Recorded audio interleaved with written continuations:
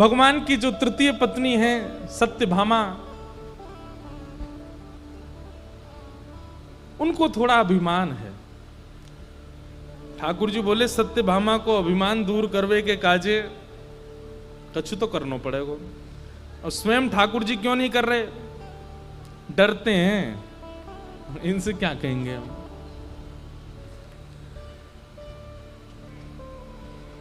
और मान का हनन जो करे उन्हीं का नाम है हनुमान।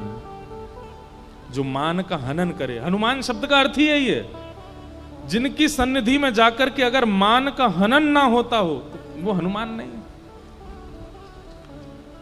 ठाकुर जी ने स्मरण किया, हनुमान जी महाराज जल्दी पधारो। हनुमान जी महाराज द्वारिका आए। ठाकुर जी ने जाकर के, इधर देखो इधर देखो, ठाकुर जी ने जाकर के अपनी सब पटरानियों को बुलाया और पटरानियों से कहा भैया देखो आज हमारे यहाँ एक अतिथि आ रहे हैं। सब पटरानी बोली कौन आ रहे हैं? बोले साक्षात श्री अनंत बलवंत हनुमान जी महाराज। हनुमान जी का नाम सुनते सब प्रसन्न हो। बोले ये तो त्रेता युग में आपके राम अवतार में थे, द्वापर में भी बोले वो तो चिरंजीवी हैं, चारों युग प्रताप तुम्हारा, चारों युगों में रहते हैं। बोले हमारी इच्छा है कि एक बार हम, ये भागवत जी की कथा नहीं है, ये अन्य भावों से कथा आती है। तो भगवान ने हनुमान बोले हमने हनुमान जी को बुलाया है कि आओ हमारी द्वारिका में दर्शन कर जाओ। तो रुक्मणी आदि बोली हम पकवान बनाए, हम लड्डू बनाए, हमने सुनी उनको प्रसाद का बड़ा अभ्यास है।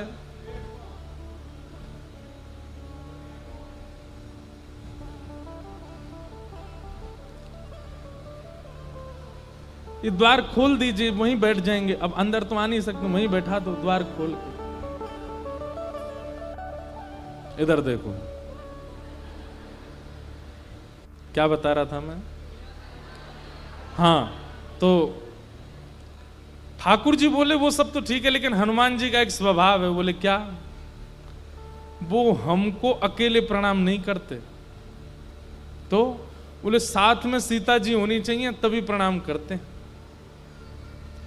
अब सब पटरानियां एक दूसरे का मुख देखने लगी, तो फिर हम क्या करें? अब सीता जी तो नहीं है। बोले सीता जी तो नहीं है, पर सीता जी के नैन कैसे हैं? मृग जैसे नैन हैं। सीता जी की ऐसी तोता जैसी नाक है, सीता जी के ऐसे ओष्ठ हैं, सीता जी के ऐसे गाल हैं, सीता जी के ऐसे केश हैं। सीता जी बोलती हैं तो ऐसे बोलती हैं। ठाकुर जी वर्णन करने लगे सीता जी का। अब सब पटरानियां सुनकर के कह रही हैं ओहो अच्छा किशोरी जी ऐसी हैं, किशोरी जी। सत्यभामा का ये सारे गुण तो मुझ में हैं, मैं बन जाती हूं सीता जी। भगवान बोले हाँ आप ही बनो। जबकि सीता जी ही रुक्मणी बन करके आई हैं, पर भगवान की लीला को रुक्मणी जी समझ रही हैं कि ये क्या करना चाह रहे हैं। सत्यभामा बोली कि मैं बिल्कुल वैसा ही श्रृंगार करके आऊंगी, वैसे ही बैठूंगी, वैसे ही बोलूंगी जैसे आपने बताया, आप चिंता मत करो। हनुमान जी को बुलाइए, आप संकोच मत करो। ठाकुर जी बैठे सिंहासन पर, बगल में आकर के सत्यभामा बैठ गई। और आज ठाकुर जी धनुष बाण आदि लेकर के बैठे हैं। बोले भैया राम बन जाएं आज हम, तभी प्रणाम करेंगे हनुमान जी। हनुमान जी आए, कीर्तन करते हुए, उछलते नाचते कूदते हुए श्री हनुमान जी महाराज आए। और जैसे ही आकर के सिंहासन पर बैठे ठाकुर जी को देखा, नेत्र सजल हो। आहा मेरे राम, मेरे प्राण, मेरे सर्वस्व। लेकिन जैसे ही सत्यभामा जी को देखा, आंसू आंसू सब पहुंच गए उनके। ठाकुर जी से बोले ठाकुर जी आपने क्या कर दिया? भगवान बोले क्या हो गया? आप जानते हैं कि जब तक जानकी जी बगल में ना हूं मैं आपको प्रणाम नहीं कर पाता हूं। आप ये जानते हुए भी आपने जानकी जी कहां भेज दी? पता नहीं कौन किनको बैठा लिया अपने बगल में। ऐसे मत बोलो, ये जानकी जी ही तो हैं। ऐसी मृगनयन जानकी जी के, ऐसी नासिका जानकी जी की, ऐसे ही ओष्ठ जानकी जी के, ऐसा ही स्वरूप जानकी जी का। रावण बोला क्षमा करें महाराज, मैं रावण के यहां गया था लंका में, और वहां जब मैंने वहां की सुंदर मंदोदरी आदियों को देखा था उनका रूप भी इतना सुंदर था, मृग जैसे नेत्र थे, उनकी भी नासिका तोता जैसी थी, उनके भी गाल गुलाबी थे, उनके भी केश ऐसे थे। पर राम नाम का और राम स्मरण का अंजन केवल एक नेत्रों में था, और वो था सीता जी के। वो नेत्रों में वो श्रृंगार नहीं था, क्योंकि अशोक वाटिका में बैठी थी, वहां श्रृंगार की व्यवस्था नहीं थी। और वहां बिना श्रृंगार की व्यवस्था में भी उनका रूप लावण्य ऐसा था कि मानो जैसे चंद्रमा को भी कभी कभी लज्जा हो जाती हो। क्यों? क्योंकि उनके रूप में संसारी सौंदर्य नहीं था। उनकी एक एक अंग को देख करके ऐसा लगता था मानो एक एक रों से राम राम राम राम प्रकट हो रहा हो। और आपके बगल में जो इस वक्त बैठी हैं, उनके किसी भी रों से आपका नाम उद्दीपित नहीं हो रहा है। इसलिए क्षमा करें, मैं आपको दंडवत प्रणाम नहीं करूंगा। सत्यभामा जी तो रो रो के बेहाल हो गई, उनका सारा अभिमान चूर चूर हो गया। और तभी वहां पर लड्डू लेकर के, प्रसाद लेकर के, जैसे कोई अन्य घर के सदस्य सामान लेकर के आते हैं पवाने के लिए, ऐसी सब सखियां आ रही थी। उन्हीं के बीच में श्री रुक्मणी जी आई, और जैसे ही लड्डू सामने पधराया और हनुमान जी ने जैसे ही रुक्मणी जी को देखा, तुरंत करताल उठा करके नृत्य करने लगा। हाँ, मेरी माँ आ गई, मेरी माँ आ गई, चरणों में दंडवत प्रणाम किया। और रुक्मणी जी के चरणों में निवेदन करे, ने किधर किसको, इधर किसको, इधर किसको, सत्यमा आपने किधर आओ, आप इधर बैठो। और जैसे ही रुक्मणी जी बैठी, दोनों की भले हाँ, आप प्रणाम। सत्यभामा जी का जो अभिमान था वो टूट गया, जाने किस स्थिति में पहुंच गया।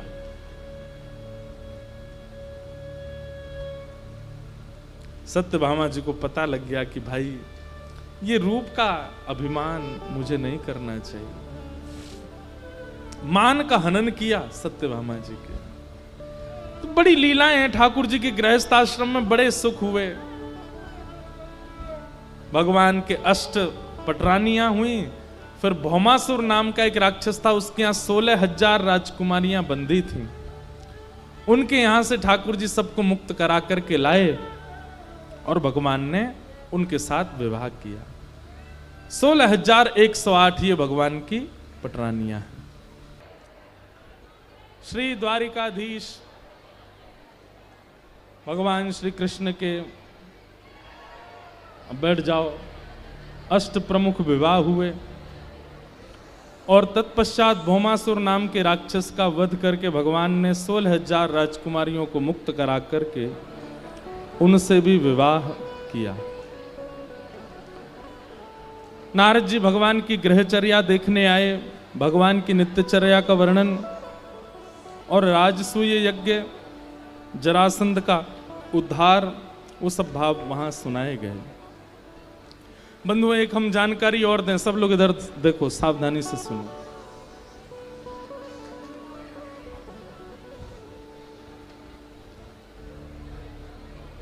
श्रीमद् भागवत में कल हम लोग जिस संदर्भ का एक किंचित मात्र श्रवण कर रहे थे, उद्धव गोपी संवाद। उद्धव गोपी संवाद, जहां पर गोपियों ने उद्धव को ज्ञान का पाठ पढ़ाया। फिर उन्हीं उद्धव के साथ में द्वारिका में हुआ कृष्ण उद्धव संवाद। तो ठाकुर जी की उद्धव से वार्ता होती है, और इतना अद्भुत प्रसंग है कृष्ण उद्धव संवाद। तो कृष्ण उद्धव संवाद हम इस बार स्वच्छंद एक कथा कर रहे हैं कृष्ण उद्धव संवाद पे ही। और कथा है 10 से 16 अक्टूबर बद्रीनाथ में, उत्तराखंड में। क्योंकि श्री उद्धव जी महाराज इसी कृष्ण उद्धव संवाद के बाद बद्रीनाथ चले गए थे। वहां जाकर के उन्होंने तप किया। तो 10 से 16 अक्टूबर तक, शायद यही तिथि है, जाने 11 से 17, हमें पता, यही है शायद संभव। शरद पूर्णिमा के बाद है। शरद पूर्णिमा उत्सव गोवर्धन में है, उसके बाद बद्रीनाथ में है। अत्यंत ज्ञानवर्धक प्रसंग है। अगर आपको केवल बैठ कर के ध्यान साधना योग आदि के विषय में जानना हो, उस कथा को जरूर सुनिएगा। ठाकुर जी ने बैठ कर के वहां पर ऐल गीत, वहां पर उद्धव जी महाराज को कई भाव ठाकुर जी ने सुनाए हैं।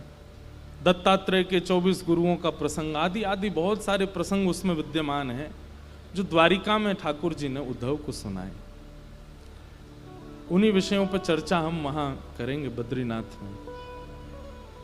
साईं को भी हम निमंत्रित करेंगे कि आप भी बद्रीनाथ पधारें और वहां श्रीमन नारायण चतुर्भुज रूप में केदार खंड में बैठे हैं तपस्या। अब देखो बद्रीनाथ जी की एक अंतरंग बात बताऊं, हर व्यक्ति को वर्ष में एक बार बद्रीनाथ जरूर जाना चाहिए।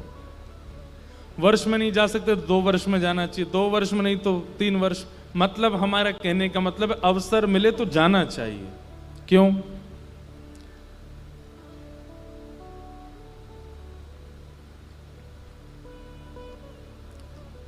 सतयुग त्रेता द्वापर में आप कथा सुनते हैं कि किसी भी व्यक्ति को बिना तपस्या के कोई फल नहीं मिलता, लेकिन कलयुग में व्यक्ति कोई तपस्या करता ही नहीं है। फिर कलयुग में फल कैसे मिल जाता है? जब हम तपस्या कर ही नहीं रहे तो हमको फल की प्राप्ति हो कैसे जाती? कर्म तो हम करते हैं, लेकिन फल कैसे मिल जाता है? इसलिए ऐसा बताया जाता है कि कलयुग में प्रत्येक मानव के नाम से संकल्प लेकर के बद्रीनाथ भगवान तपस्या कर रहे हैं। वो तपस्या करते हैं, फल हमको मिल जाता है कर्म का। नहीं तो प्राचीन काल में तो कर्म के बाद तपस्या फिर फल प्राप्त होता है, या फिर कर्म से अगर फल मिल भी गया तो उसकी पूर्ति के लिए तपस्या करने जाना पड़ता है। लेकिन कलयुग में तप का कोई विधान नहीं है। क्यों? क्योंकि ठाकुर जी तपस्या कर रहे हैं। इसलिए कोई हमारे नाम से तपस्या कर रहा है और स्वयं ठाकुर जी तपस्या कर रहे हैं, और वो भी ऐसे नहीं सहजता में, लड़ झगड़ के तपस्या में बैठे हैं ठाकुर जी वहां पे। पहले केदारनाथ भगवान यहीं विराजते थे जहां बद्रीनाथ भगवान विराज रहे हैं। इसको केदार खंड कहा जाता है। और ये 6 महीने के लिए देवताओं का भ्रमण स्थल है। यहां देवता भ्रमण करने आते हैं। तो ठाकुर जी ने मन बनाया तो शंकर जी के पास जाकर के कहा कि हिमालय में हमको थोड़ी सी जगह दे दो, हम तप करना चाहते हैं। तो महादेव बोले क्षमा कर दें भगवान, मैं अपने स्वामी को तप की अवस्था में देख नहीं सकता, कोई जगह नहीं मिलेगी आपको। आप तपस्या करो, मैं देख ही नहीं पाऊंगा। आप हमें बताओ कितने दिन की तपस्या करनी, हम करेंगे आपके नाम से। ठाकुर जी बोले नहीं नहीं महादेव जी आप समझिए, हमको तपस्या करनी है। महादेव बोले बिल्कुल एक टूक जमीन नहीं मिलेगी पूरे हिमालय पर, आप तप नहीं करोगे, आपको क्या जरूरत है तपस्या की, आप परब्रह्म परमात्मा। भगवान बोले राजी राजी मानेंगे नहीं। तो फिर दूसरी लीला की, तो ठाकुर जी एक छोटे से बालक बन गए और वहीं बद्रीनाथ भगवान के नीचे तप्त कुंड है, तप्त कुंड के पास में एक छोटे बालक बनकर के रुदन करने लगे। यहां महादेव और पार्वती जी रोज तप्त कुंड में स्नान करने के लिए जाते। जैसे ही आप स्नान करने के लिए गए तो महादेव ने देखा एक नन्हा सा बालक रो रहा है। पार्वती जी, अरे कोई देवता अपना बालक छोड़ गया है, देखो कितना सुंदर बालक, कितने सुंदर इसका मुखमंडल, कितने सुंदर हस्तकमल। महादेव बोले देवी हमको कोई माया लग रही है, इसको छूना नहीं। पार्वती जी बोली आपको तो सब जगह माया लगती है। अरे छोटा सा बालक, इतनी सर्दी है बाहर, माइनस में टेम्परेचर, बर्फ गिरती है बद्रीनाथ में। तो बोले इसको हम लेके जाए, और लेकर के गई। और जहां बद्रीनाथ भगवान अभी विराजमान है, यहाँ महादेव विराजते थे, यहीं पर ले जाकर के उस बालक को पढ़ा दिया। और खेलने के लिए थोड़ी देर बालक जब तक स्नान करें तब तक खेलता रहे। तो गेंद के जैसी आकृति के होते हैं बेर, बेर को ही बदरी कहते हैं। उस बालक को पकड़ा दिए और वो बालक बेरों से थोड़ी देर खेलने लगा। महादेव बोले चलो हम जल्दी स्नान करके आते हैं। पर महादेव को कहीं ना कहीं संशय हो गया था कि ये कोई माया है।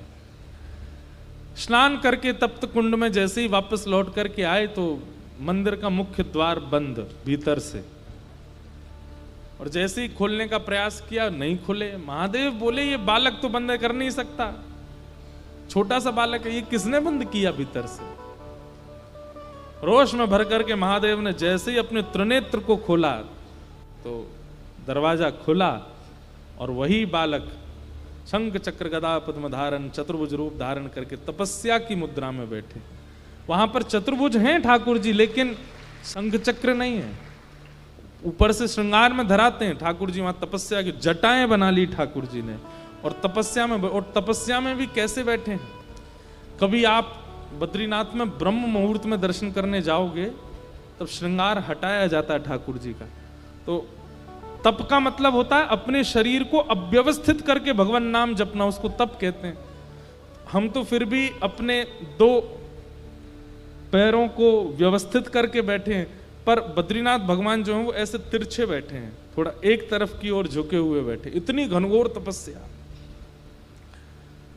महादेव आकर के बोले भगवान आपको क्या आवश्यकता, आप जिद करके और आप छल करके तपस्या में बैठ ही गए, हमने राजी राजी जगह नहीं दी तो आपने छल करके ले ली। तो महादेव को ठाकुर जी कहते हैं कलिकाल में लोग तप नहीं करेंगे, कलकाल में लोग इतने ज्यादा विषय भोग विलासी होंगे कि उनको वो कर्म करना ही उनको बहुत भारी पड़ जाएगा, और फल कैसे मिलेगा उनको, और बिना तपस्या के फल की प्राप्ति होती नहीं है। इसलिए कलिकाल में जन्म लेने वाले प्रत्येक मानव के नाम से संकल्प लेकर के अलकनंदा जी में जल छोड़ करके मैं उनके नाम से तप करूंगा, ताकि वो केवल कर्म करें और फल मिले। हम इसलिए कह रहे हैं कि भाई हमने तो कुछ किया नहीं लेकिन फिर भी हमको मिल रहा है, तो जिसकी कृपा से मिल रहा है उसको एक बार प्रणाम करने वर्ष में जाना चाहिए, उनको वंदन करना चाहिए। तो अक्टूबर में है वहां कृष्ण उद्धव संवाद, वो बड़ा आनंद आता है। श्रीमद् भागवत जी की जन्मस्थली है बद्रीनाथ, वहीं लिखे गए, अद्भुत स्थान।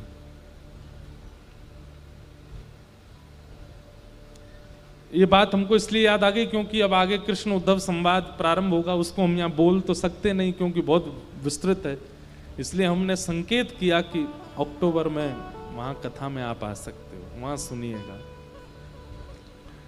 तो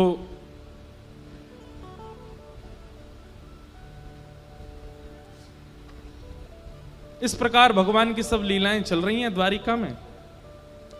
भगवान ने पांडवों का राजसूय यज्ञ पूर्ण करवाया। ठाकुर जी के एक परम सखा श्री सुदामा जी का चरित्र आया। कृष्णस्यासीत् सखा कश्चित् ब्राह्मणो ब्रह्मवित्तमः विरक्त इंद्रियार्थेषु प्रशांतात्मा जितेंद्रिय।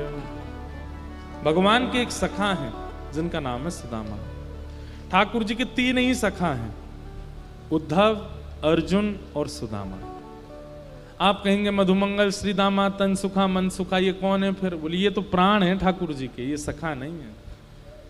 सखा तीन ही हैं। इससे क्या समझ में आता है? जितने कम सखा बनाओगे उतने खुश। कई बालकों को हमने देखा, उनकी इतनी तगड़ी फ्रेंड्स होते हैं, इतने ज्यादा फ्रेंड्स होते हैं, ये अच्छा नहीं। बहुत संख्या में मित्रता होना इस बात का प्रतीक है कि कहीं ना कहीं विषय आपकी मित्रता में जुड़ा हुआ है। विषय की प्राप्ति के लिए इतने मित्र हैं। मित्र कम ही होने चाहिए। हम तो कहते हैं संबंध बहुत कम होने चाहिए संसार में, ज्यादा लोगों से संबंध मत बनाइए। जितने ज्यादा आप संबंध व्यवस्थित करते हो, जितने ज्यादा आपके कॉन्टेक्ट्स होंगे, उतने टेंशन में रहोगे आप। जिसका फोन सबसे ज्यादा बजता है, बार बार आता है, वो बहुत टेंशन में रहता है। जिसके फोन 2-4 कॉल आते दिन में बहुत प्रसन्न रहता है वो। ठाकुर जी के तीन ही सखा हैं, इसलिए सखा ज्यादा नहीं। और सखा किसको कहते हैं? सह खादती सह खेलती, जो संगई खावे, संगई खेले, संगई रहे, संगई सोवे, हर क्रिया में आपके संग रहे। आप धनवान हो तो भी संग है, आपके पास कुछ नहीं है तो भी संग है, कभी आपका संग ना छोड़ता हो, उसको सखा कहते हैं। भगवान ने तीन ही सखा बनाए। ठाकुर जी के सखा बनने के लिए किन किन गुणों की आवश्यकता है? बहुत ध्यान से सुनिएगा। सबसे पहला, विरक्त इंद्रिय, इंद्रियों से विरक्ति, इंद्रियों के प्रति आसक्ति ना हो।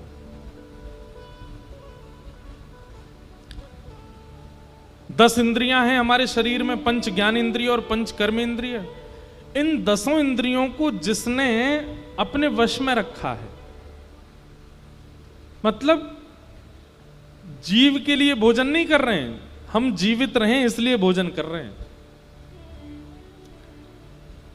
नेत्रों के लिए नहीं देख रहे हैं किसी को कि इनको अच्छा लगे उसको देखें, जिनकी आवश्यकता है उन्हीं को देखते हैं।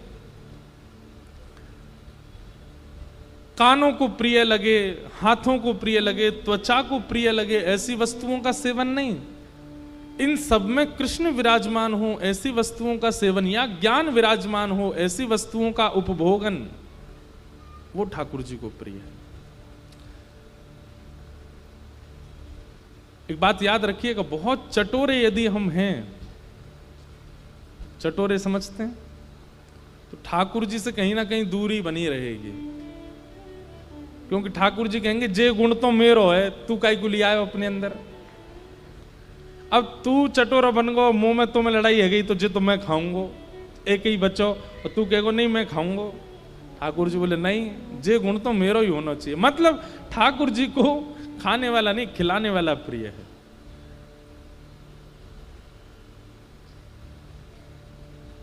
सीधी बात, अपनी इंद्रियों से जो विरक्त है, ज्यादा इंद्रिय इच्छाओं के पीछे व्यथित नहीं रहता है, ठाकुर जी को वो प्रिय है। विरक्त इंद्रियार्थेषु। दूसरा है प्रशांतात्मा, जो बहुत धैर्यवान है। ये लक्षण देखते हैं ठाकुर जी, और ये लक्षण जिसमें दिख जाते हैं उसको सखा बना लेते हैं ठाकुर जी। बहुत धैर्यवान, पेशेंस, बहुत सहता है, चाहे जैसी स्थिति आ जाए, लेकिन अपने धैर्य के बांध को टूटने नहीं देता, बहुत सह लेता है। ठाकुर जी को वो प्रिय है, ठाकुर जी उसको अपना सखा बना लेते हैं। कहीं ना कहीं बंधुओं, हम लोगों के अंदर इन सब की स्थिति तो होती है, पर एक लेवल पहुंच जाने के बाद बांध जब टूटता है ना, तो फिर इतना कुछ निकलता है। जैसे कई लोग पेशेंस रखते हैं, सहन कर लेते हैं। पिताजी ने कुछ कह दिया, सहन कर लिया, माँ ने कुछ कह दिया, सहन कर लिया, मित्रों ने कुछ कह दिया, सहन कर लिया। लेकिन जिस दिन उनकी सहनशीलता का बांध टूटता है, वो किसी को नहीं छोड़ते। फिर पिताजी से लेकर के पत्नी तक सबको सुना देते हैं, तुमने ये कहा था, तुमने, भीतर ही घुसे रखे हैं। सहनशीलता का मतलब क्या हुआ कि सहा भी, और जिसको सहा वो भूल भी गया कि मैंने सहा क्या था। कई लोग होते हैं सहते हैं और उसको इकट्ठा करके और रखते हैं, यहां मैंने सहा था। वो ठाकुर जी को प्रिय नहीं। प्रशांत आत्मा भूल जाए, उसका सहना एहसान नहीं है, उसका सहना गुण बन जाए। कई लोग इसलिए सहते हैं कि उनका एहसान कर रहे हैं हमारे ऊपर। और कई लोग ऐसे होते हैं, वो कैसे स्वभाव के, कर ले तू कर ले, सह रहा हूं मैं, बस एक दिन मेरा बांध टूटेगा, तू कर ले, तेरी जहां तक इच्छा हो कर ले, मैं कुछ नहीं कहूं, हिलूंगा भी नहीं अपनी जगह से। बोलते जाएंगे और वहीं वहीं हिलते जाएंगे, कर ले तू, और कर ले, ये भी कर ले, ये भी कर ले, ये भी कर ले तू। ये सहनशील व्यक्ति का लक्षण नहीं है। सहनशील तो उसको मानिए जो सहता है अपने स्वभाव से, और फिर सह करके भूल भी जाता है कि मैंने सहा था, गिनाता नहीं है।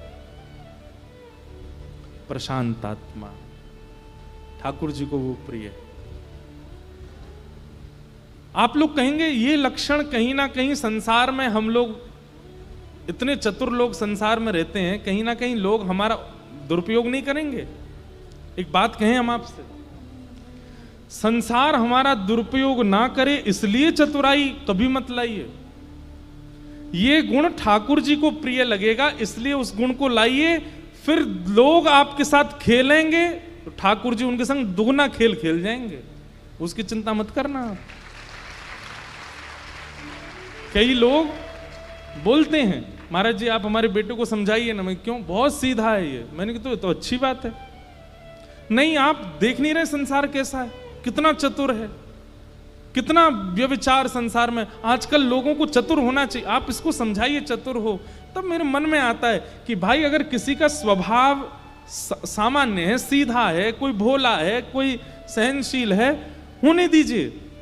और आप इस बात का भय मत कीजिए कि संसार उसके साथ खेलेगा। अगर संसार ने खेलने का एक कदम उठाया तो ठाकुर जी 10 कदम उठाएंगे उसके प्रति, आप चिंता मत करो।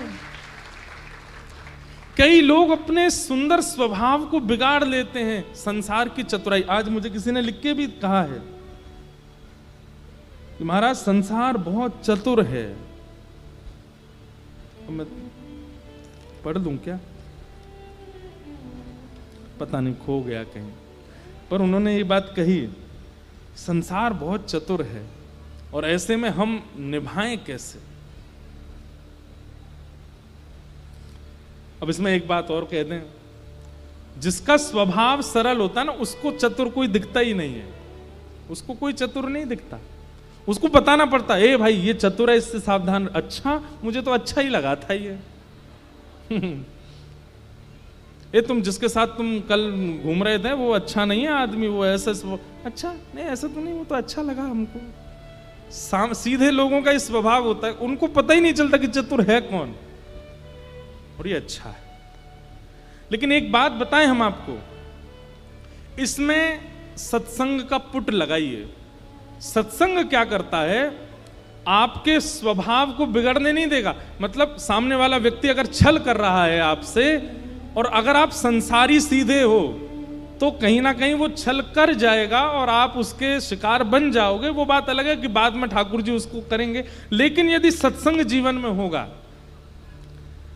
आपके मूवमेंट ही ऐसे होंगे, आपकी क्रियाएं ऐसी होंगी कि सामने वाला छल कर भी रहा होगा तो भी आप बच के निकल जाओगे। ये सत्संग का स्वभाव होता है। सत्संग आपको विवेक बुद्धि प्रदान कर देता है।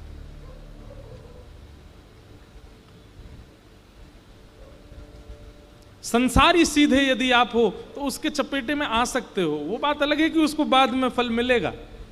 लेकिन सत्संग का एक स्वरूप होता है कि निरंतर भगवत कथा श्रवण करने वाले लोगों की विवेक बुद्धि ऐसी जागृत होती है कि आज कोई उनके सीधेपन का फायदा उठा रहा है तो वो रात में सोचते हैं कल मैं ऐसा ऐसा करूंगा, और वो जो सोच के करते हैं ना, उसी से ही उनका बचाव हो जाता है। ये सत्संग करवाता है। इसलिए किसी का अगर स्वभाव सौम्य है, किसी का स्वभाव सीधा है, किसी का स्वभाव क्रोध करने का नहीं है, किसी के स्वभाव में ये सारे गुण दिखते हैं आपको, उसको ये मत समझाइए कि तू चतुर बन। उसको ये कहो भाई तू बहुत सीधा है, तू सत्संग किया कर। क्यों? क्योंकि तेरी रक्षा तू खुद तो करेगा नहीं, तू तो बहुत स्वभाव का सुंदर है, तेरी रक्षा तो सत्संग करेगा। कोई गुरुजन अपनी वाणी से तेरी रक्षा करेंगे, तू कथा सुना कर। स्वभाव को मत बिगाड़िए। कई बालक मिलते भी हैं, महाराज जी पहले मैं ऐसे नहीं करता था, पहले मैं व्यसन नहीं करता था, पहले मैं ये सब गलत काम, मेरे साथ एक घटना ऐसी घटी, उसने मुझको इस स्थिति में डाल दिया। ये गलत है। घटनाओं से आप अपना स्वभाव बदल देते हो। बहुत सह लिया मैंने, अब नहीं सहूंगा, अब मैं भी चतुर बनूंगा, ये सब नहीं, ये वैष्णव नहीं करता। वैष्णव तो एक रस रहता है, प्रशांत आत्मा। यहां पर आत्मा शब्द का प्रयोग करते हुए कहा कि उसके चित्त में बुद्धि में सरलता नहीं होती है, उसकी आत्मा सरल हो जाती है। और जिसकी आत्मा सरल है वो व्यवहार नाटक भी नहीं कर पाएगा वो चतुराई का, और वो ठाकुर जी को प्रिय है। अगर किसी के अंदर भोलापन, अब देखो बच्चों को कहते हैं ये बच्चे जो हैं कौन है, भगवान का अवतार हैं। क्यों? सरल है, सीधे हैं, सहज हैं, मृदुल हैं, मधुर हैं। उनकी सरलता को नष्ट कौन करता है? बुरा मत मानिएगा, बुआ, फूफा, चाची, चाचा, बहन, भैया, माता पिता, ये नष्ट करते हैं। ए सामने वाली आंटी के पास मत जाया कर, वो ऐसी है। बालक के अंदर भर दिया जाता है 3 वर्ष की आयु में कि वो ऐसी हैं। उसको नहीं पता था कि ये दुर्गुण होता है, हमने सिखा दिया उसको।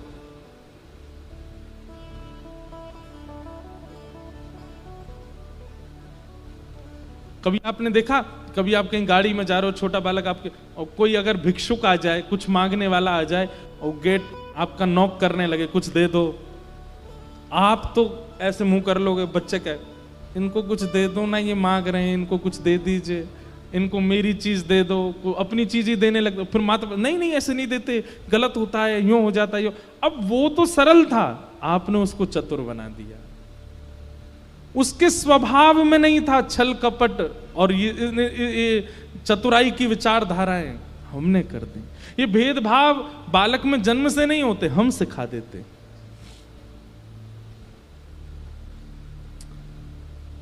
जैसा एक बाल स्वभाव होता है वैसा एक बड़े का स्वभाव हो जाए तो ठाकुर जी बड़े प्रसन्न हो जाते हैं।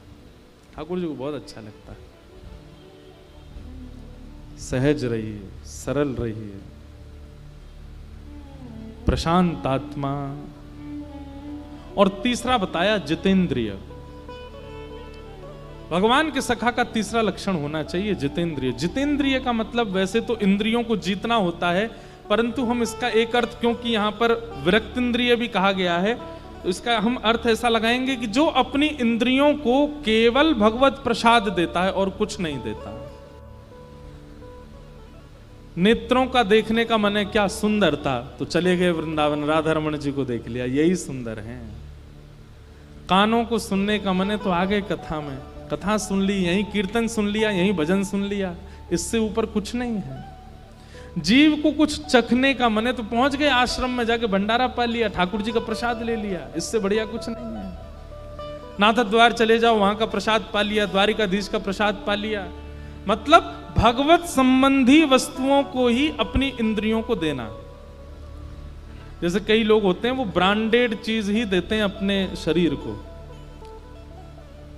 सिक से लेके नख तक कोई भी ऐसी चीज नहीं आनी चाहिए हमारे शरीर पर जो जिसमें कोई ब्रांड का टैग ना हो।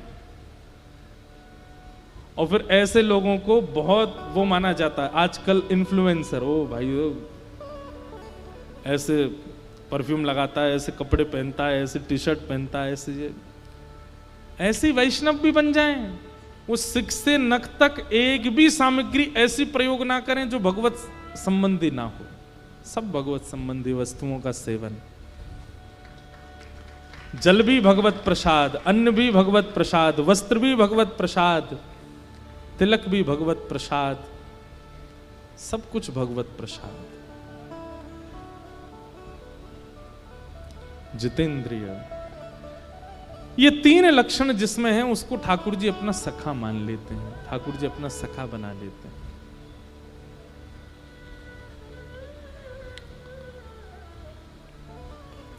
सुदामा जी महाराज अपनी पत्नी के बड़े आग्रह पर द्वारिका गए, कथाएं सबको पता हैं। द्वारिका जाकर के श्री सुदामा जी महाराज बड़े दीनता में द्वारपालों से कहते हैं कि भैया हम सुदामा हैं, कृष्ण के बचपन के सखा हैं, और हमारा मिलने का बात करने की ऐसी कोई योजना नहीं है, समय हो तो करेंगे, नहीं तो हमको कहीं खिड़की से दर्शन करा दो।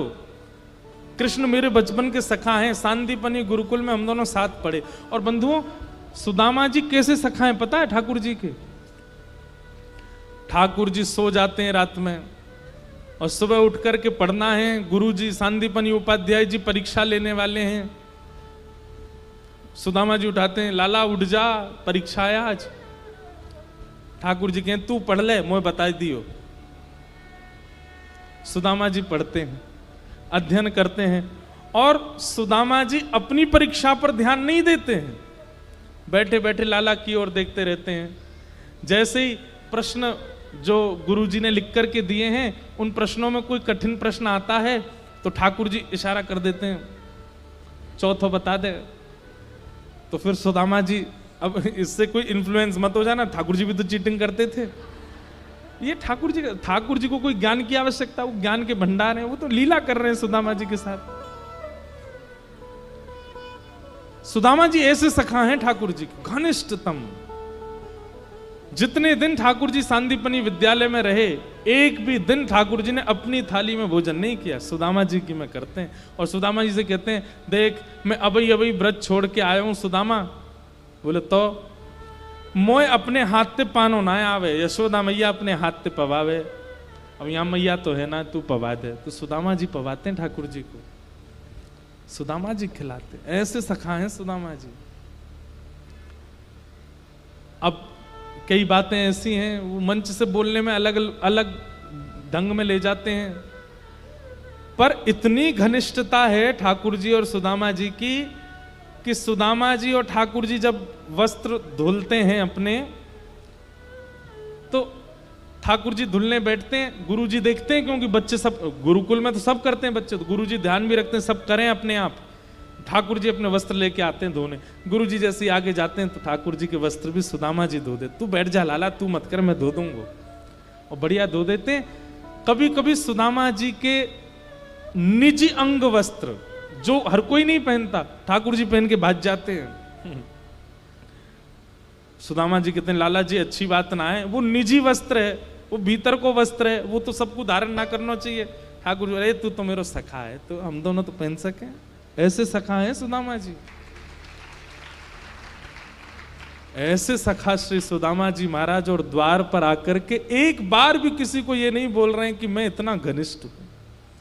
मेरी कहीं दीन दशा देख करके कोई कृष्ण पर प्रश्न ना उठा ले कि इतने घनिष्ठ सखा हो तो तुम्हारी ये स्थिति क्यों है।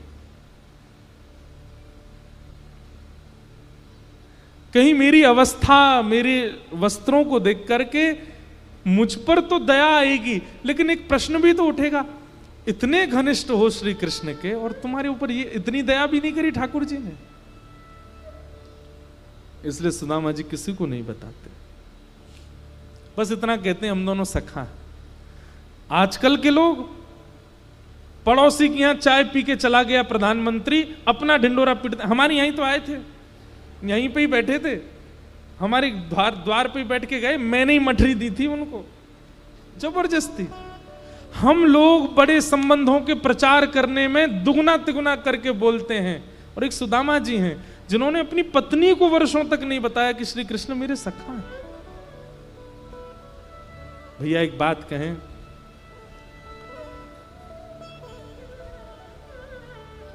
जहां पवित्र संबंध होता है ना, उसका ढिंडोरा नहीं पीटना पड़ता, उसका बहुत प्रचार नहीं करना पड़ता। आजकल बुरा नहीं मानिएगा, प्रचार का जमाना है। आप लोगों से कान पकड़ के क्षमा मांग रहा हूं मैं। हमसे जितने लोग मिलने आते हैं ना, अगर उन सबके फोन बाहर जब्त कर लिए जाएं कि फोटो नहीं खींचना महाराज जी के साथ, आधे तो वहीं से लौट जाएंगे। बिना फोटो के काय को जाना, कोई महाराज जी हमारा कुछ दे रहे हैं, हमें फोटो ही तो चाहिए हमें। प्रचार। और एक सुदामा जी हैं, ऐसे घनिष्ठ सखा हैं श्री कृष्ण के, लेकिन किसी से इसलिए नहीं कहते हैं क्योंकि कहीं ये कोई ये ना सोच ले कि इन पर कृपा नहीं की श्री कृष्ण ने। द्वारपालों से जाकर के कहते हैं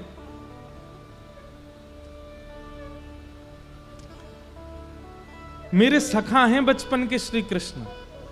हम दोनों सांदीपनी गुरुकुल में पढ़े थे साथ में, तो द्वारपाल थोड़े से व्यंग में हंस जाते। अच्छा हाँ, आपके संगी पढ़े होंगे ठाकुर जी। सुदामा जी बोले हाँ हम संगी पढ़े थे। मैं मिलने नहीं आया हूं, मैं उनसे कोई बैठ के मुझे वार्ता नहीं करनी है, कोई उनके साथ भोजन प्रसाद कुछ नहीं कर, कुछ देना लेना भी नहीं है। हो जाए तो आप करा देना, नहीं तो कोई खिड़की हो जहां से वो मुझे दिख जाए, मैं देख करके वापस चला जाऊंगा। कहीं कहीं कहते हैं द्वारपालों ने धक्का दे दिया, द्वारपालों ने भगा दिया, ऐसा नहीं हुआ। भगवान के द्वारपाल हैं, वो ऐसा नहीं कर सकते। द्वारपालों ने सुदामा जी को बैठाया, पर द्वारपालों को यह विश्वास नहीं था कि ये ठाकुर जी का सखा है। द्वारपाल बोले आप बैठिए, हम देखते हैं कुछ योजना। द्वारपाल भीतर गए, ठाकुर जी प्रसाद पा रहे थे, तो सुदामा जी के सहित कई नगरों के राजा भी आए हुए हैं। द्वारपालों ने जाकर के कहा फलाने देश के राजा आए हैं। भगवान बोले अभी बैठाओ। वहां के राजा आए, उनको कहो 2 दिन रुकें। वहां के राजा आए, ऐसे करके सब बता रहे थे। वहां के महंत आए, वहां के पुरोहित आए, आदि आदि सबका बताते हुए ठाकुर जी हम भूल गए बताना, एक ब्राह्मण और आया है। अच्छा कौन है? अपने आप को आपके बचपन का सखा बता रहे हैं। ऐसा कह रहे हैं कि आपके संग विद्यालय में पढ़े सांदीपनी गुरुकुल में। लेकिन ठाकुर जी तन की स्थिति तो बहुत दयनीय है उनकी। उनके वस्त्र ना जाने कितनी जगह से तो रफू हुए और तन पे हड्डी इतनी है कि उंगलियों पर गिन लिया जाए। बीच बीच में प्रशंसा भी करते हैं, लेकिन इन सब के बावजूद भी ललाट पर तेज तो बहुत है उस ब्राह्मण के। ऐसा लगता है कि त्रिकाल संध्या करता होगा। बहुत दूर से चल के आया, पैरों में छाले पड़ गए हैं और कह रहे हैं कि हमें मिलने का ऐसा कोई मन नहीं है। ठाकुर जी अगर अवकाश देंगे तो मिलेंगे, नहीं तो कहीं खिड़की से आपको देख करके जाने को राजी हैं। उन्होंने अपना नाम सुदामा बताया। सुदामा नाम सुनते ही ठाकुर जी स्तब्ध हो गए और ठाकुर जी को वो बात चुभ गई कि पहले राजाओं का परिचय दिया गया, पहले सबके बारे में बताया गया, सबके इतना महिमा मंडन किया गया, और श्री सुदामा जी का नाम अंत में वो भी भूल गया था, याद आई तो बताने लगा। इस प्रकार से परिचय दे रहा है। ये क्या जानता है कि सुदामा मेरे लिए कौन है? भगवान बोले सुदामा आया द्वार पर। जी भगवान, और तुम उनको वहीं छोड़ के आ गए हो? प्रभु आप प्रसाद पा रहे थे। इतना तो ठाकुर जी ने सुना ही नहीं है। थाली सामने रखी है, साक्षात लक्ष्मी परांबा जगदम्बा रुक्मणी सामने भोजन हाथ में रोटी परोसने को खड़ी हैं। सब बड़े बड़े ऋषि महा सब वेद ध्वनि कर रहे हैं, ठाकुर जी प्रसाद पा रहे हैं, और बीच प्रसाद में ठाकुर जी अपनी चौकी से कूद पड़े। चाहते तो दंड देते, विलंब चाहते तो दंड देते, समझाते, बात करते, लेकिन ठाकुर जी को इतना सब्र कहां। सुदामा बाहर खड़ा है, नेत्रों से अश्रुधार गिर रहे हैं, दौड़ रहे हैं ठाकुर जी। मुकुट कहीं गिरा, जैसे कोई बेसुध हो जाता हो, जैसे किसी को अपने तन की सुध ना रहती हो। इस अवस्था में ठाकुर जी आ गए, दौड़ पड़े द्वार पर। मेरा मित्र सुदामा आया है, मेरा सखा आया है। आज वर्षों बाद सुदामा को देखने जा रहे हैं। 7 देहरियां हैं ठाकुर जी के भवन में। हर देहरी पर बड़े बड़े राजा, बड़े बड़े सैनिक, बड़े बड़े गाजे बाजे बजाने वाले खड़े रहते हैं ठाकुर जी के स्वागत सम्मान में। हाँ, सब ठाकुर जी को देख रहे हैं, और ठाकुर जी की इस आतुरता को देख के सब पीछे दौड़ रहे हैं। ऐसा कौन आ गया जिसके लिए ठाकुर जी दौड़े चले जा रहे हैं? मुख्य द्वार पर पतले दुबले से सुदामा जी कोने में खड़े हैं। ठाकुर जी को दौड़ता आके देख 2-3 लोगों ने तो कोहनी मार के सुदामा जी को पीछे कर दिया। पीछे हटो, ठाकुर जी आ रहे हैं। और सुदामा जी दौड़े दौड़े आए और मुख्य द्वार पर आकर के मानो जैसे आर्तनाद में, करुण पुकार में ठाकुर जी मेरा सुदामा कहां है? उस भरी सभा में भीड़ लगी थी द्वार पर। तभी ठाकुर जी देखते हैं कोने में सुदामा जी के सजल नेत्र खड़े। ठाकुर जी ने अंक से भर लिया, मेरे सुदामा आ गए हो, मेरो सुदामा आ गए हो, मेरो सखा आ गए हो। बार बार सुदामा जी के मुखमंडल को देखते हैं, फिर से अपने हृदय से लगा लेते हैं, फिर उनके मुख को देखते हैं, फिर हृदय से लगाते हैं। और सुदामा जी को संकोच हो रहा है। ठाकुर जी के स्पर्श के सुख से वो आनंदित हो रहे हैं, पर इतनी सभा देख के वो संकोच कर रहे हैं कि लाला इतनो प्रेम प्रकट मत करे, नहीं तो पर सबरे प्रश्न उठाएंगे। इतना इतना प्रिय सखा और ये दशा में।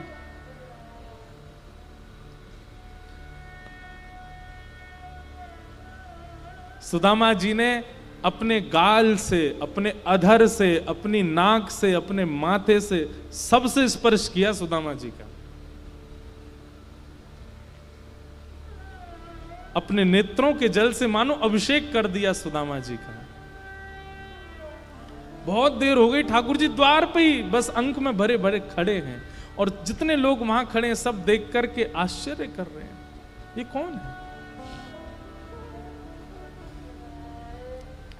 भगवान बोले बड़े दिन में आए सुदामा।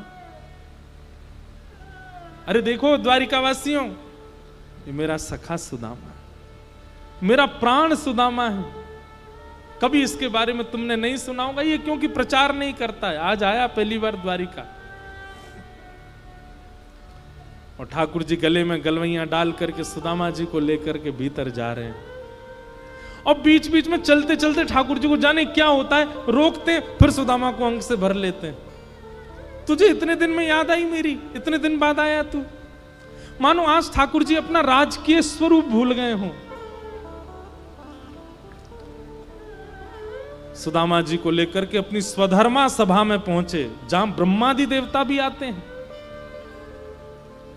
और किसी आसन पर नहीं, किसी सामान्य कुर्सी पर नहीं, किसी सामान्य चौकी पर नहीं, द्वारिका के राज सिंहासन पर ले जाकर के सुदामा जी को बैठा दिया। बैठे हुए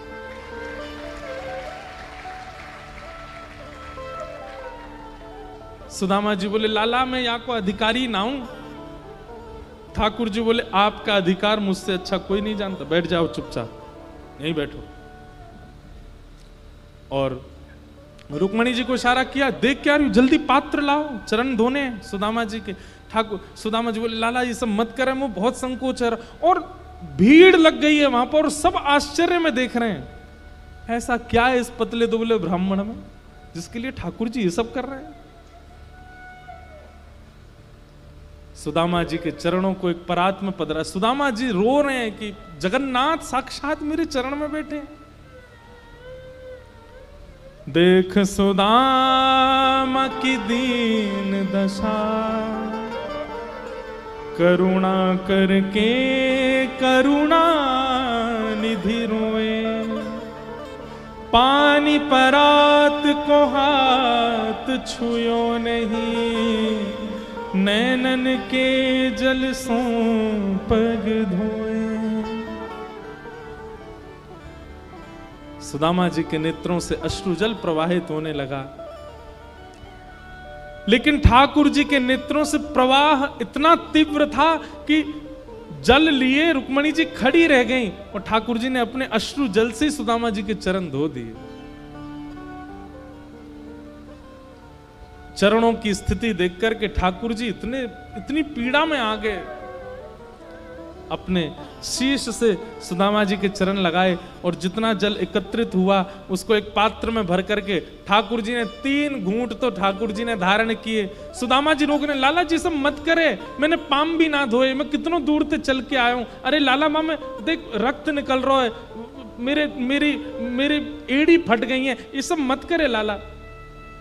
ठाकुर जी कह रहे, चुपचाप बैठे रहो, कुछ मत बोलो। ठाकुर जी उसको पान कर रहे हैं।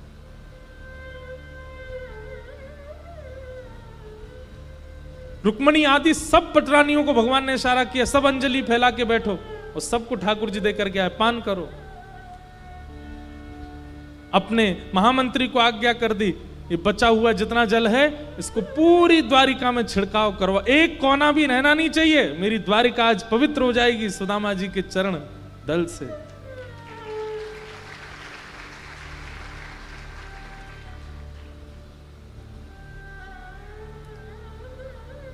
इतना मान देते हैं ठाकुर जी। और बैठ गए चरणों को अपनी गोद में रख करके, और सुदामा जी से बोल रहे हैं, बहुत दिन में आए, मेरी याद ना आवे तुम्हें?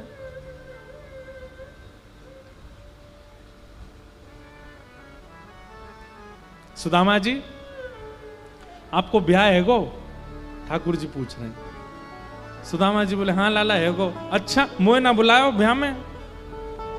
लाला अब तो तू राजा बन गो है, तो ये बुलावे को मतलब है तेरे संग में 25-30 तो हाथी आमेंगे, 50-60 घोड़ा आमेंगे, उन पे बैठ के सैनिक आमेंगे, और इतने लोगन ने बुला के दावत करानो मेरे बस की बात तो ही नहीं लाला।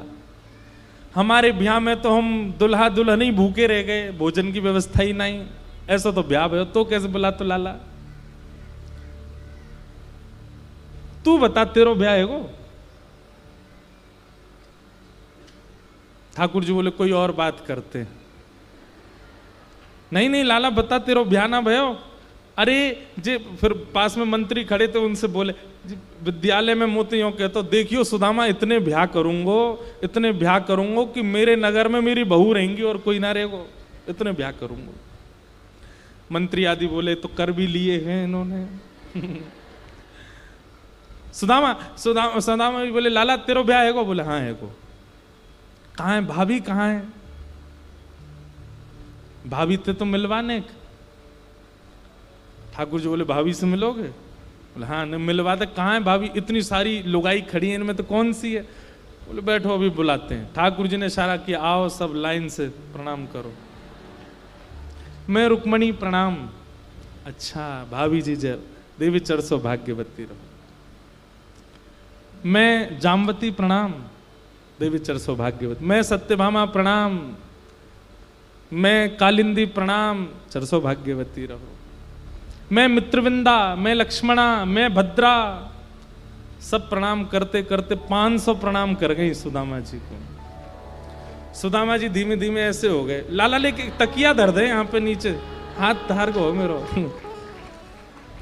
ठाकुर जी हाथ के नीचे कोनी के नीचे हाथ लगा खड़े हैं, लोग करो प्रणाम दो। जब 1000 प्रणाम कर गई सुदामा जी बोले लाला पत्रो दुबरो शरीर में तो पधार जाऊंगो। अच्छा एक बात बता, ये सब अपनी है? ठाकुर जी बोले अपनी है। कितनी और हैं?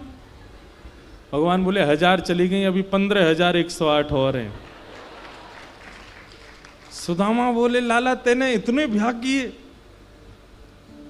भैया लाला देख मैं तो पत्रो दुबरो ब्राह्मण हार जाऊंगो, मेरे तो शरीर में ताकत ही ना है। एक काम कर, पत्नी 16,108 हैं, पति तो तू ही अकेला है। बोला पति मैं ही हूं, तू प्रणाम कर मैं तो आशीर्वाद दूं, आजा। और जैसे ही ठाकुर जी ने दंडवत प्रणाम किया है, आकाश में देवताओं के नेत्र सजल हो गए। साक्षात जगन्नाथ जगद्दिहंता जगदाधार सुदामा जी के चरणों में दंडवत प्रणाम कर रहे हैं और ठाकुर जी को आशीष दे रहे हैं। संपूर्ण द्वारिका नगरी के नेत्र सजल हो गए इस प्रेम मिलन को देख करके। सुदामा जी ने उठा करके हृदय से लगाया। ऐसा प्रेमत्व है श्री सुदामा जी का और ठाकुर जी का। सुदामा जी से भगवान बोले भाभी ने मेरे लिए कुछ भेजा होगा। एक पोटली में चावल लेकर के गए थे, वो भी पोटली में फटी हुई थी, चावल भी 4 घर के थे। सुदामा जी को देने में बड़ी शर्म आ रही थी। सुदामा जी अभिमानी नहीं, अभिमान करेंगे किस बात का, और होना भी नहीं चाहिए, लेकिन स्वाभिमानी है सुदामा जी। अपने स्वाभिमान की, और स्वाभिमानी व्यक्ति को होना चाहिए। सुदामा जी को लगे ये सबके सामने नहीं दिखाऊंगा, नहीं तो लोग यही पे प्रश्न उठाएंगे कैसे सुदामा, और अभी भी उठा ही रहे होंगे। ठाकुर जी ने पोटली छीन ली, खोल करके देखा तो 4 जगह के चावल देख करके ठाकुर जी समझ गए एक भी दाना इसके घर का नहीं है। और ऐसी स्थिति में सुदामा कभी शिकायत नहीं करता। भगवान ने एक मुट्ठी चावल खा ली, बोले मैं इंद्र की संपदा सुदामा को देता हूं। दूसरी मुट्ठी चावल खाई, बोले इंद्र की संपदा कमे, मैं तीनों लोगों की संपदा सुदामा को देता हूं। और तीसरी मुट्ठी चावल खा के ठाकुर जी बोले तीनों लोग भी कमे, मैं लक्ष्मी को इसकी दासी बनाता हूं। रुक्मणी जी ने हाथ पकड़ लिया, बोले मैं आपके पास ही रहूंगी, लक्ष्मी को दासी मत बनाओ। लेकिन ये सब बोल करके नहीं कर रहे हैं ठाकुर जी, बस 3 मुट्ठी चावल पा गए। लक्ष्मी जी ने देख लिया, रुक्मणी जी ने देख लिया कर क्या रहे हैं। सुदामा जी बोले लाला अब बहुत विलंब है, क्यों मैं वापस जाऊं? ठाकुर जी बोले जाओ, फिर आजो, आते रही हूं, अगली बार भाभी को लेके आई हूं। और श्री सुदामा जी महाराज जैसे ही अपने नगर को निकले, कुछ दिनों बाद जब पहुंचे तो सुदामा मंदिर देख डरे महाराज, वहां तो बड़े बड़े महल खड़े हैं। सुदामा जी बोले भैया यहां तो हती मेरी छोटी सी झोपड़िया, कंचन महल खड़े। द्वारपालों से पूछा भैया ये कौन सा नगर है? बोले सुदामा नगरी है। अच्छा, यहां मेरी छोटी सी झोपड़ी थी वो कहां गई? बोले हमको नहीं पता, हमको तो बने बनाए महल मिले, हम तो बाद में ड्यूटी पे आए यहाँ पे। अच्छा, इस भवन में यहाँ के मालिक जो होंगे उन्होंने मेरी कुटिया कहीं कर दी होगी, उनसे पूछ लो कहाँ हैं। और हमारे मालिक तो द्वारिका गए हैं। सुदामा जी बोले ऐसा क्यों लग रहा है ये मैं ही हूं? अरे नहीं नहीं हम नहीं है, श्री कन्हैया ने तो बताओ हमारी धोती ना बदली, जा में गए वही में आ गए, का देखो। अच्छा, उनकी पत्नी तो होंगी सुशीला। सुदामा जी बोले अगर हमारी पतली दुबली फटी सी साड़ी में पत्नी होगी तो समझ जाएंगे ये हम ही हैं, नहीं तो चले जाएंगे। लेकिन जब जब आवे संतोष घन सब धन धूर समान, जब संतोष जीवन में आना, एक बात आपको बहुत गूढ़ता बताएं, व्यक्ति धनवान होने के बाद आप देखेंगे उसके गाल फूलने लगते हैं, थोड़ा मोटापा आने लगता है, थोड़ा सा वो पहले से हेल्दी होने लगता है। क्यों? रोटी खाता है, दाल चावल खाता है, पहले से अधिक खाता है, इसलिए नहीं, क्योंकि वो प्रसन्न रहने लगता है। और प्रसन्न जब व्यक्ति रहता है ना तो एक रोटी भी फलती है उसको। और अप्रसन्न व्यक्ति, हमारे संग इतने कई सारे लोग रहते हैं पतरे दुबरे, 20-20 रोटी खाते हैं, कुछ नहीं होता उनको, अप्रसन्न रहते हैं। और प्रसन्नता जैसी बढ़ती है तो शरीर में लगने लगता है सब माल। सुदामा जी की पत्नी अब थोड़ी सी भारी हो गई थी, और नई साड़ी और बढ़िया सुंदर बन के जैसे ही बाहर आने लगे, सुदामा जी देख करके बोले सुशीला। सुदामा जी बोले जे नहीं है भैया, हमारी तो पतरी दुबरी सी कहां पर जा रहे हैं। जैसे ही जाने लगे पीछे से ठाकुर जी की आवाज, सुदामा जी। पीछे मुड़ करके देखा तो सुशीला के गले में गलवैयां डाल के द्वारिकाधीश वहीं खड़े हैं। सुदामा जी बोले लाला जी तेने कहा कियो? ठाकुर जी से बोले मैंने तो कछु ना मांगी, फिर तेने काय को दियो मुझे? ठाकुर जी बोले जो मुझसे कुछ नहीं मांगता उसको तो मैं खुद को दे देता हूं सुदामा जी। आप कैसी बात कर रहे हैं, और आप मेरे परम सखा सुदामा हैं। अब ये महल संपत्ति इनसे ये मत सोचिएगा कि आपका भजन घटेगा। मैं एक रूप से द्वारिका में हूं, एक रूप से आपके पास ही रहूंगा, आप सदा आपके संग ही रहूंगा, आप यहीं रहो।